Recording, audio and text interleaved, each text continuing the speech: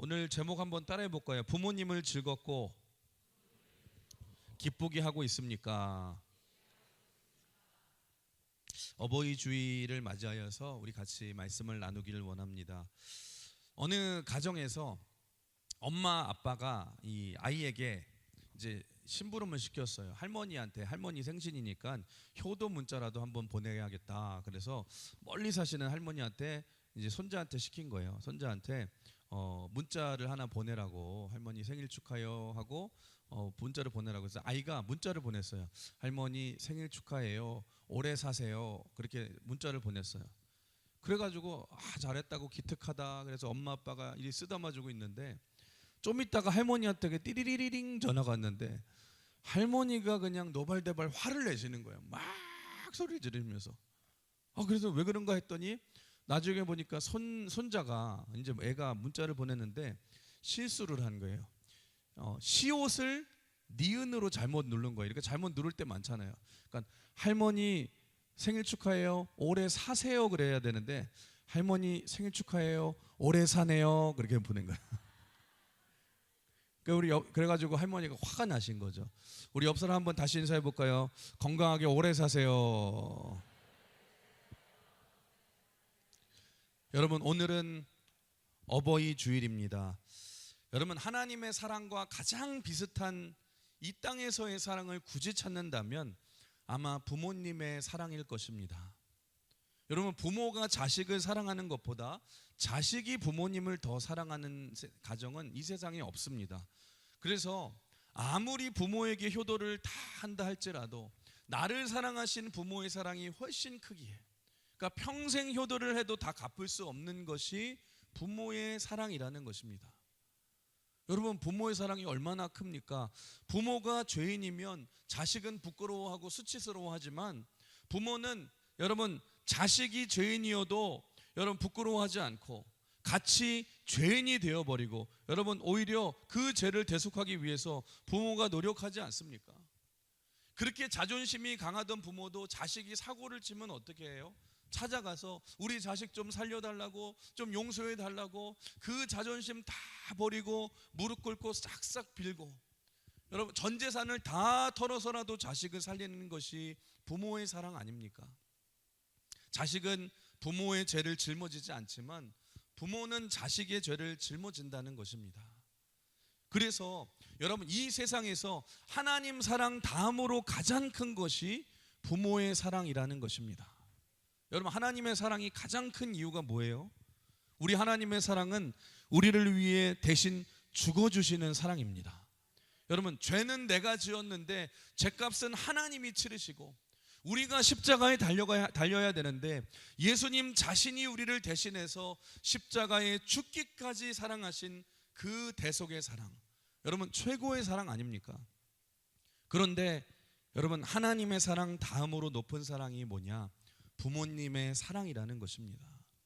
그러니까 우리 노래하잖아요. 이 인간의 그 무엇이 높다 하리요, 어머님의 은혜는 한이 없어라. 우리가 막 노래도 하잖아요.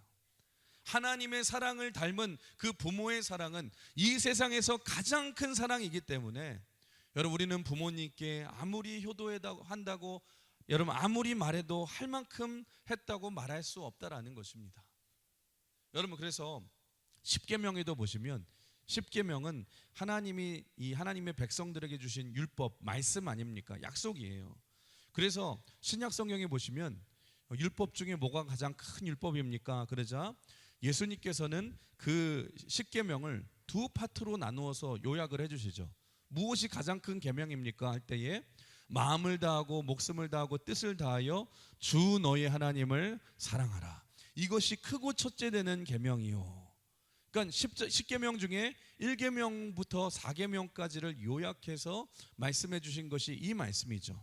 그러니까 1계명부터 4계명까지는 하나님과 우리 사이의 관계를 말하는 거고, 그러니까 하나님을 사랑하라. 그리고 두 번째로 뭐라고요? 둘째도 이와 같으니 내 이웃을 내 몸과 같이 사랑하라. 그래서 이거는 10계명 중에 5계명부터 10계명까지를 요약한 것인데, 그러니까 1계명부터 4계명까지가 하나님과 우리 사이의 관계를 말한다면 5계명부터 10계명까지는 대인 관계, 이웃과의 관계를 말하지 않습니까? 그런데 그 대인 관계에서 가장 먼저 나오는 첫 번째 계명인 5계명이 뭐예요? 내 부모를 공경하라, 그 말씀이에요. 그래서 우리가 가장 먼저 사랑해야 될 것은 하나님이지만 이 땅에서 가장 첫 번째로 사랑해야 할 대상은 부모님이라는 것입니다. 사랑하는 우리 강은혜 성도 여러분, 여러분은 어떠하십니까? 여러분은 부모에게 효도하고 부모님을 공경하고 계십니까? 여러분, 사실 따지고 보면 효도는 쉽지 않습니다. 효도는요, 저절로 되지 않아요. 여러분, 효도가 얼마나 어려우면 하나님의 계명으로까지 여러분 넣어주셨겠습니까? 쉽지 않지만 우리가 하나님을 사랑하듯이 반드시 이 땅에서 우리가 지키고 사랑해야 할 대상이 누구예요? 부모님이라는 것입니다. 그렇다면 어떻게 부모님께 효도하고 우리가 잘 섬길 수 있는지 오늘 말씀을 통해서 다시 한번 우리가 우리 자신을 돌아보길 원하는데요, 은혜를 나눠보길 원하는데요, 우리 한번 첫 번째로 같이 따라해 볼 거예요. 부모님의 말씀을 잘 듣는 것이 효도입니다. 우리 22절 한번 같이 읽어볼까요? 22절 시작. 너를 낳은 아비에게 청종하고 내 늙은 어미를 경히 여기지 말지니라. 부모님께 청종하고 경히 여기지 말지니라. 청종이라는 것은 뭐냐? 잘 듣고 순종하는 것을 말해요. 한마디로 말하면 부모님의 말을 잘 들어야 된다는 것입니다. 여러분, 이 중에도 부모가 많이 계시잖아요. 다 부모님이시지만 생각해 보십시오. 열 손가락 깨물어서 여러분 안 아픈 손가락은 없지만 덜 아픈 손가락은 있잖아요. 여러분, 마찬가지로 자녀가 아무리 많아도 여러분 그 10자녀 중에 안 사랑하는 자녀가 우리는 없어도 다 사랑하지만 그 중에 조금 더 마음이 가고 조금 더 사랑하는 자녀가 있지 않습니까? 그런 자녀가 누구예요? 누가 여러분 부모가 조금 마음이 더 가고 조금 더 좋아하는 자녀가 누군 줄 아십니까? 부모가 무슨 말을 해도 잘 들어주고 무시하지 않는 자녀라는 거예요. 여러분, 부모가 무슨 말을 해도 아이 엄마 됐어, 엄마 그만해라 됐다, 여러분 그렇게 말하는 것이 아니라 무슨 말을 해도 잘 들어주고 또 들어주고 또 들어주고. 그래서 성경은 뭐라고 말하냐면 효도의 첫걸음은 뭐냐? 부모의 말을 잘 들어주는 것이 중요하다라는 것입니다. 여러분은 어떠하십니까? 부모들의 말을 잘 들어주고 계십니까? 우리 에베소서 그래서 6장 1절에 이렇게 말하죠. 6장 1절 같이 읽어볼까요? 시작. 자녀들아, 주 안에서 너희 부모에게 순종하라. 이것이 옳으니라. 너희 부모에게 순종하라. 이것이 옳으니라. This is right. 여러분, 부모에게 순종하는 것이 옳은 일인데 여기서 핵심이 뭐냐? 주 안에서라는 말이에요. 주 안에서. 따라해 볼까요? 주 안에서. 그러니까 주 안에서 순종하고 주 안에서 효도해야 되는데, 그러니까 부모의 말을 들을 때도 마찬가지죠. 주 안에서 부모의 말을 잘 들어야 된다라는 것인데 이런 부모가 있을 수 있어요. 여러분, 예수 안 믿는 부모들이 야 이놈아 네가 어떤 아들인데 우리 집안에서 예수 믿는 사람은 그동안에 없었어. 그러니까 너도 오늘부터 예수 믿지 마라. 여러분, 부모님이 이런 말씀을 하신다면 이거는 주 밖에서의 말씀이기 때문에 따르면 안 되지만, 여러분, 그래서 효도 중에 최고의 효도는 이 땅에서 부모를 예수 믿게 하는 것인 줄 믿습니다. 이 땅에서뿐만 아니라 영원한 천국에까지 모시는 것이 효도 중에 최고의 효도예요. 이렇게 주님 밖에서의 말씀은, 여러분, 명령은 우리가 순종하면 안 되지만, 할 수 없지만 주 안에서의 명령은 우리가 순종해야 된다라는 것입니다. 그러니까 부모님이 하나님의 말씀을 기준으로 가르칠 때에는 여러분 따지지도 마시고 순종해야 된다라는 것이에요. 아들아, 딸아, 너 평생 하나님을 잘 믿고 평생 예배를 빠지지 말아라. 이건 주 안에서의 명령이죠. 아들아, 딸아, 어딜 가든지 교회에서도 최고의 성도가 되고 목사님께 사랑받는 성도가 되고 세상에서도 예수 믿는 사람들로서 본이 되는 사람이 되어라. 이거는 주 안에서의 말씀이잖아요. 자녀들아, 너무너무 너희들이 힘들어도 11조 빼먹지 마라. 감사할 헌금 빼먹지 말아라. 감사를 드려야지 평생의 감사거리가 끊이지 않는다. 예배 드릴 때는 항상 은혜되는 앞자리에 앉고, 그리고 예수님의 마음으로 항상 봉사하고 기쁨으로 섬겨라. 그래야지 너희 믿음이 성장하는 거야. 여러분, 이게 주 안에서의 말씀이죠. 항상 자녀들아 기도하며 살아라. 아들아 딸아 기도해야 돼. 하나님이 도와주셔야지 인생 승리할 수 있어.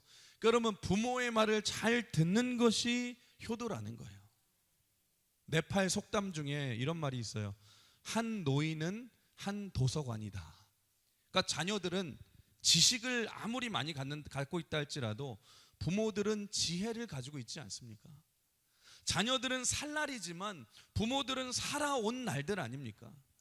그러니까 어르신들은 살아봤기 때문에 아무리 자식들이 지식이 많다 할지라도 채울 수 없는 지혜를 가지신 분들이 부모님들이에요. 어르신들이잖아요. 그래서 부모님의 한마디가 우리를 살릴 수 있다라는 거예요.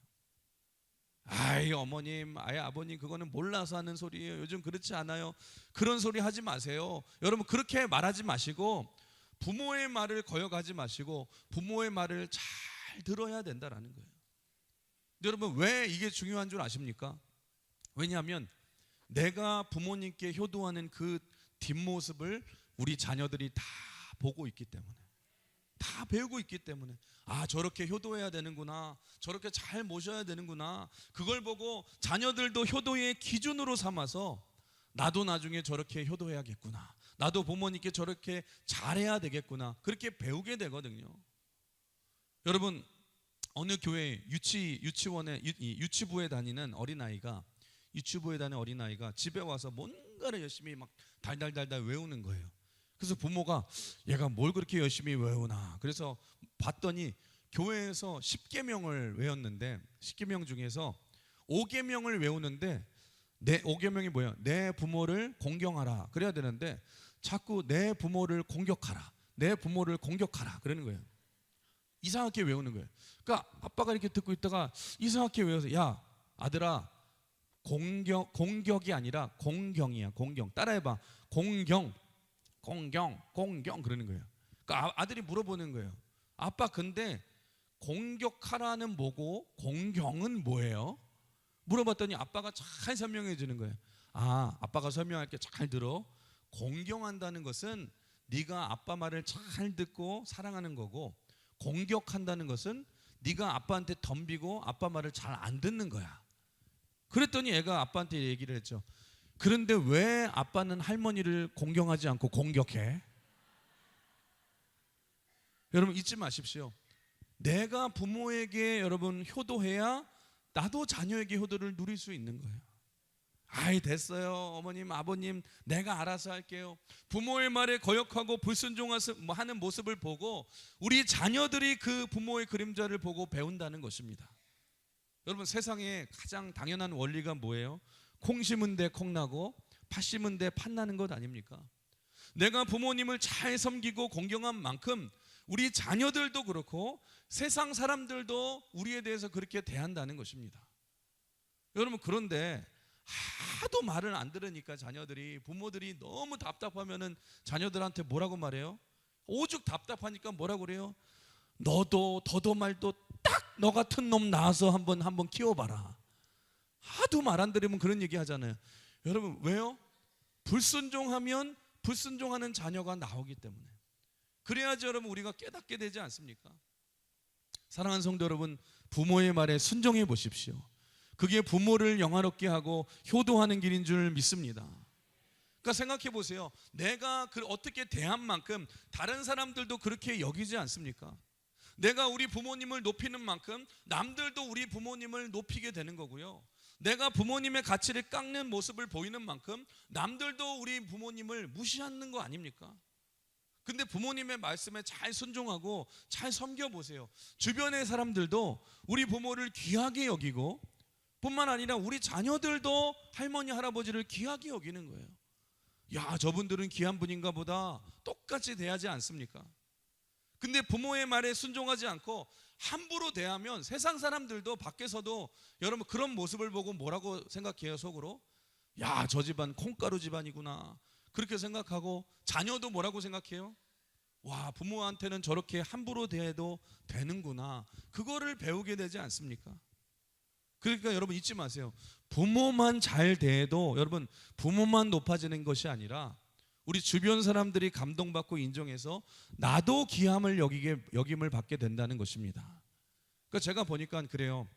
우리 주변에도 교회도 보시면 부모를 잘 섬기는 분들이 계시거든요. 그런 분들이 계세요.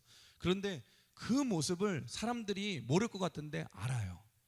뒤에서 그 모습을 보고 다 칭찬해주고 인정해주고, 그러니까 나중에 효도하면은 더 길이 열리게 되지 않습니까? 그래서 여러분, 전에 설문조사에서 이런 설문조사가 있었어요. 부모에게 효도하는 가장 좋은 방법이 무엇입니까? 그러니까 설문조사를 했는데 결과가 이렇게 나왔습니다. 제가 그래서 좀 알려드리겠습니다. 4위가 뭐냐? 한번 따라해볼까? 충분한 용돈을 드려라. 최고의 효도 4위는 충분한 용돈을 드리라. 한번 따라해보겠습니다. 효도는 돈으로 하는 것이다. 잊지 마십시오, 여러분. 여러분, 세상적인 게 아니라 진짜 제가 느껴도 그래요. 효도는 돈으로 하는 거예요. 말로만 사랑해요 사랑해요 그러지 마시고 용돈을 드려보십시오. 갑절로 기뻐하시는 줄 믿습니다. 아이, 됐다 너나 써. 그러시는데 아, 그래요, 나나 쓸게요 거두지 마시고 3번은 물어보셔야죠. 3번이 아니면 5번이. 아이, 그래야지 이제 아이, 그래 그랬고 받으시죠. 효도는 여러분 돈으로 하는 거예요. 돈으로. 제가 이제 여러분 아마 아실 텐데 유명한 이 연설가 김창옥 씨가 유명한 이 일화죠. 이 자신의 아버지에 관한 이야기를 이제 털어놓은 적이 있었는데 자기 인생에서 가장 무서워하고 미워했던 인물이 아버지라는 거예요. 아버지. 나는 아버지 때문에 결혼하고 싶지 않았고 아버지 때문에 애도 낳고 싶지 않았고 아버지에 대한 상처 때문에. 그런데 이 어릴 적부터 아버지가 어머님을 참 힘들게 하시고 자식들을 참 힘들게 하고 또 폭력도 있었고 그렇게 상처가 있었고 늘 지옥 같은 삶을 살았던 이유를 돌아보면은 늘 아버지가 있었다는 거예요. 근데 그 원인을 한번 생각을 해보니까 아버지가 어릴 때부터 청각 장애를 가지고 계셨대요. 그러니까 아버지가 못 들으시는 거예요. 그러다 보니까 그러니까 아버지가 막 그냥 마음대로 막 행하게 되고 막 폭력도 행하게 되고, 왜냐하면 소통이 잘 안 되기 때문에. 엄마하고도 소통이 안 되고 자식들하고도 소통이 안 되니까 성격이 난폭해지고 이 부모 이 어머니를 힘들게 할 뿐만 아니라 자식들도 힘들게 하고, 그러니까 아버지와의 관계가 그렇게 어색한 채로 자란 거예요. 그러니까 나중에 김창옥 씨가 이제 유명해져서 돈도 많이 벌게 되고 유명해진 다음에 어느 날 전화가 한 통 왔대요. 전화가, 부모님이 제주도에 사시는데 전화가 한 통 왔는데 웬 치과에서 전화가 온 거예요. 치과. 알고 보니까 이제 나이 드신 아버님이 이제 이빨이 아파서 치과에 임플란트를 하러 갔는데 이제 신경 치료를 받았는데 돈이 없으니까, 돈이 너무 많이 나오니까 돈이 없으니까 아들이 내줄 수 있냐고 전화를 해보라고 했다는 거예요. 그러니까 치과에서 전화가 온 거예요. 그래서 이렇게 이런 설명을 하고 아들이 그랬어요. 그래서 얼마냐고 물어봤더니 수입 재료 중에 가장 좋은 것으로 하셨대요. 그래서 막 비싼 거 해서 뭐 그러냐고 하고 했는데 알겠다고 하면서 돈을 내주고 이제 전화를 끊으려고 할 때에 갑자기 이 간호사가 얘기하는 거예요. 근데 할아버지가 바꿔달래요. 전화를 바꿔달래. 그러니까 깜짝 놀란 거예요. 김창옥 씨가 자기가 평생에 한 번도 아버지하고 전화 통화를 해본 적이 없었대요. 왜냐하면은 못 들으시니까. 그리고 소통을 해본 적이 없었는데 방황하고 있었는데 평소에 성격도 엄하셔서 한 번도 소통을 제대로 못한 그 아버지였는데 아버지가 전화를 바꾸더니 큰 소리로 이렇게 외치셨다고 합니다. 막둥이냐? 아버지다. 미안하다. 한마디를 하시는 거예요. 근데 그 얘기를 처음 듣고 이 김창옥 씨가 마음이 그냥 완전히 무너졌다라는 거예요. 자기가 살면서 처음으로 아버지와 통화를 해보고 처음으로 아버지와 소통을 해봤는데 자기는요 평생 살아가면서 했던 생각이 뭐냐면 그거였대요. 언젠가 우리 아버지는 어머니한테 사과해야 되고 우리한테도 자식들한테도 사과해야 돼. 우리가 그렇게 상처 많이 받았는데 여러분, 자기가 결혼하지 않으려고 했던 이유, 애를 안 낳으려고 했던 이유, 가정이 어색한 이유도 보니까 다 아버지로부터 온 상처였는데, 그래서 우리 아버지는 언젠간 자식들한테 나한테도 미안하다고 하셔야 돼, 그렇게 생각을 늘 가지고 살았는데 그날 처음으로 이 아버지한테 그 말을 들었대요. 막둥이냐 그러면서 미안하다. 근데 그 얘기를 들었는데 기분이 좋은 게 아니라 너무너무 속상하더라는 거예요. 너무너무 속상해.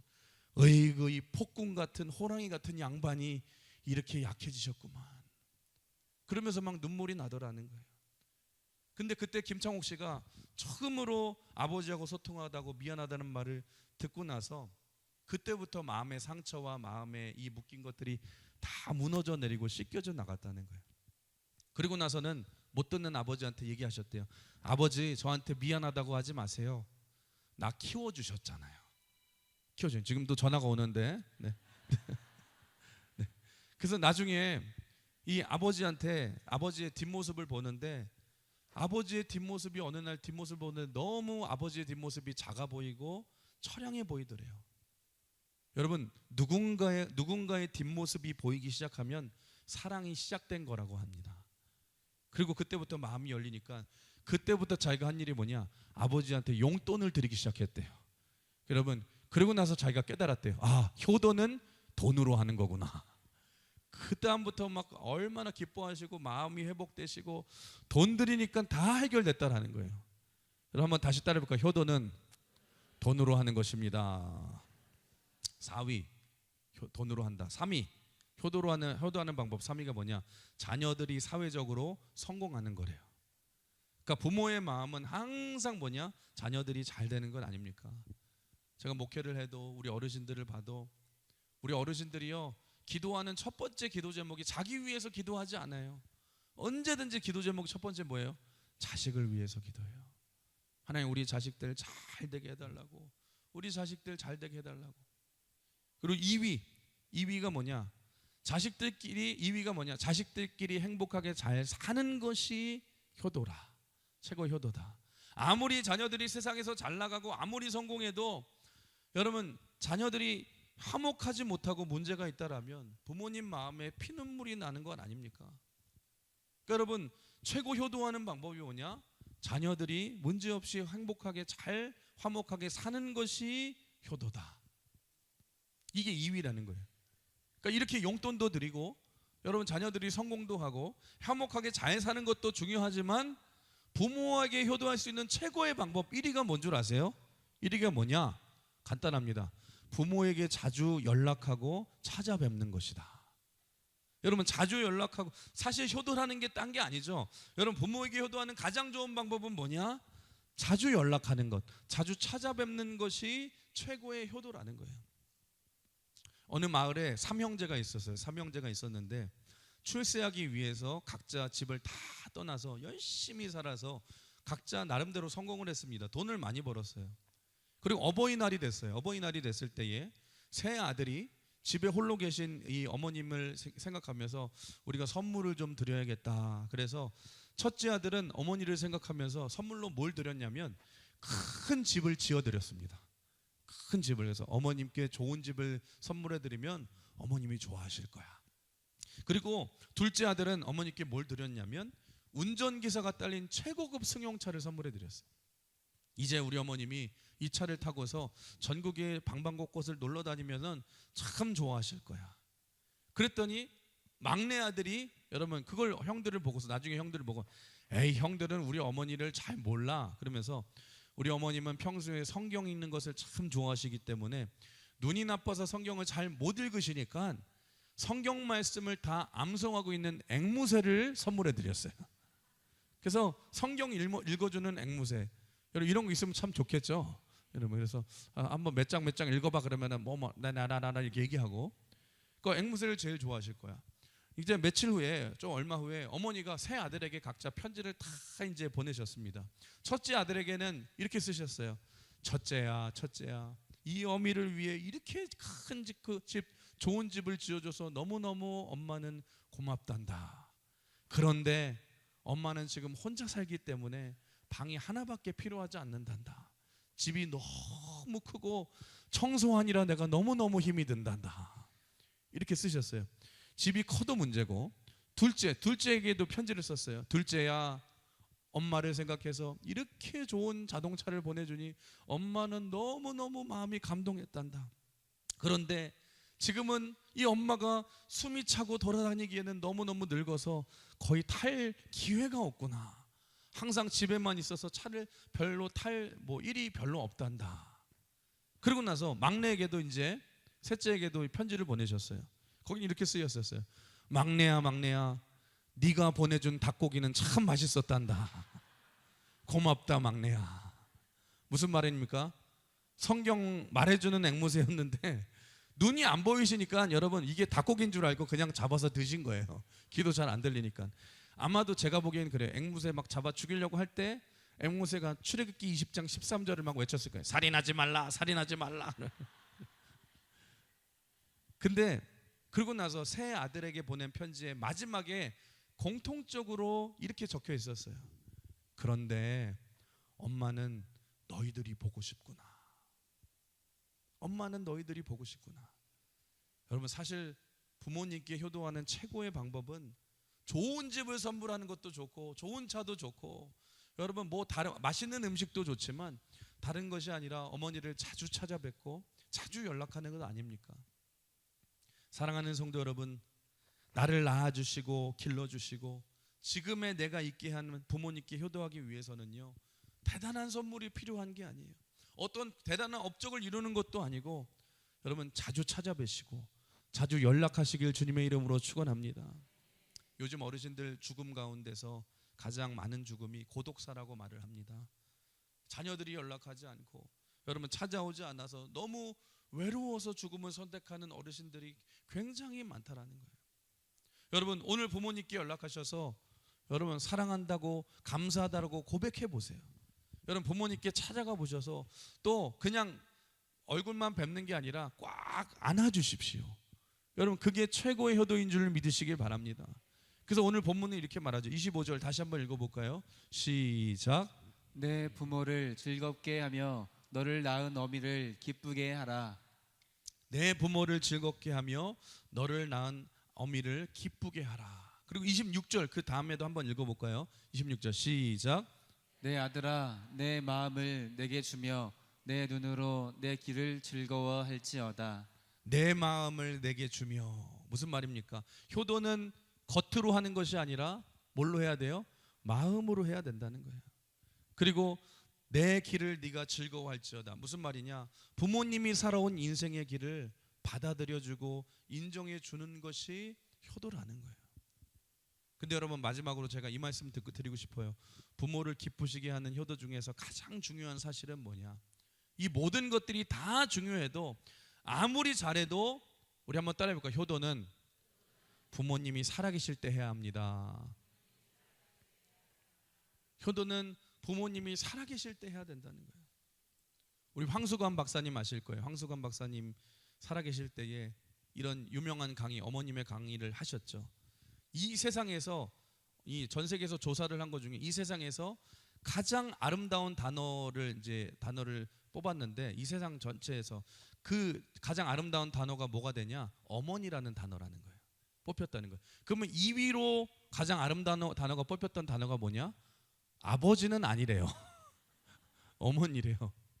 그런 거예요. 그래서 어머님이라는 얘기, 어머니에 대한 간증을 하시는데 부모님이 옛날에 일본에서 유학을 하실 때에 이제 자신을 이제 낳기 전에 낳을 때 뱃속에 있을 때에 그때 그 옛날 히로시마 원자 폭탄 때에도 사람들이 다 도망을 갈 때에 그때 그 당시 어머니는 당시 임신 9개월의 만삭의 몸으로 자식들 2명을 다 업고 데리고 갔다라는 거예요. 만삭의 몸으로. 아버지는 도망가셨는데.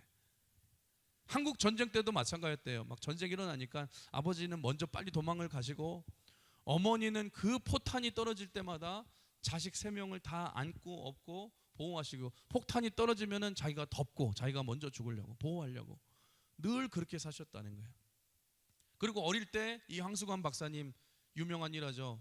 홍역에 걸려서 어린 황수관이 이제 거의 죽게 되자 아버지가 이제 지게를 지고 산에 묻으려고 이 부모보다 먼저 죽는 자식은 이 불효자라고 하면서 이제 묻어서 죽이려고 했을 때에 그때에 이 어머니가 밤새 가슴에 품고 이 아들을 품고 밤새 울부짖으면서 그렇게 눈물로 기도하셨다는 거예요. 하나님, 우리 아들 좀 살려주세요.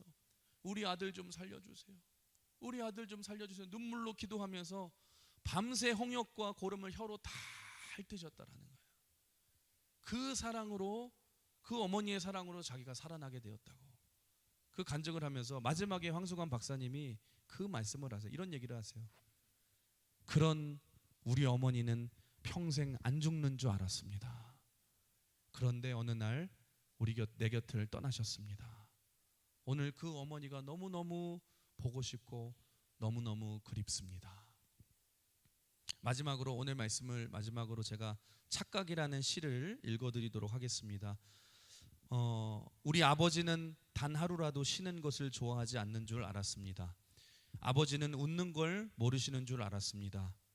아버지는 딸이 시집 가는 것을 보고 마냥 기뻐만 하시는 줄 알았습니다. 아버지는 어머니 외에는 아는 여자라고는 한 사람도 없는 줄 알았습니다. 아버지는 배가 빨리 불러와 좋은 음식 앞에서는 먼저 일어나시는 줄 알았습니다. 아버지는 양복 입고 넥타이 매는 것을 싫어하시는 줄 알았습니다. 아버지 안주머니에는 늘 돈이 얼마쯤은 들어있는 줄 알았습니다. 아버지는 좋아하시는 운동도 취미도 없는 줄 알았습니다. 아버지는 우리가 하는 말을 귀담아 듣지 않으시는 줄 알았습니다. 아버지는 아무리 깊고 험한 길을 걸어가도 조금도 두려워하지 않으시는 줄 알았습니다. 아버지의 눈에는 눈물이 한 방울도 없는 줄 알았습니다. 아버지는 우리가 객지로 떠나는 것을 좋아하시는 줄 알았습니다.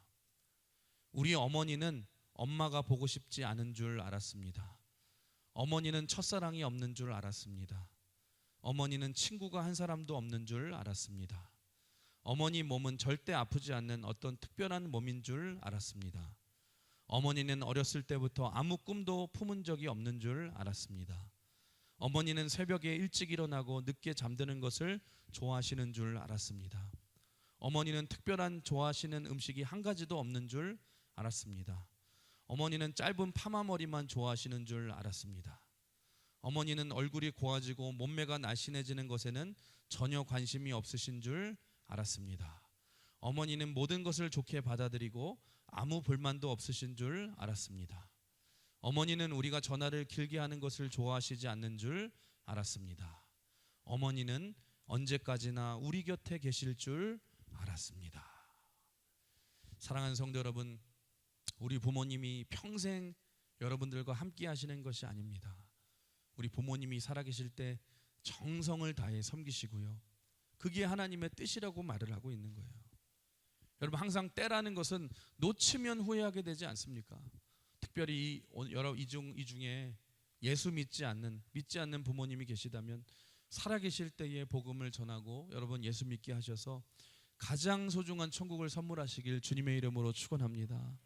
그렇게 부모님을 공경하시고 효도하시고 잘 섬기셔서 여러분 하나님의 뜻을 이루고 부모님의 기쁨이 되시는 우리 강은의 모든 성도님들 되시길 주님의 이름으로 축원합니다. 주님의 이름으로 축복합니다. 오늘 이 시간에 우리 찬송가 579장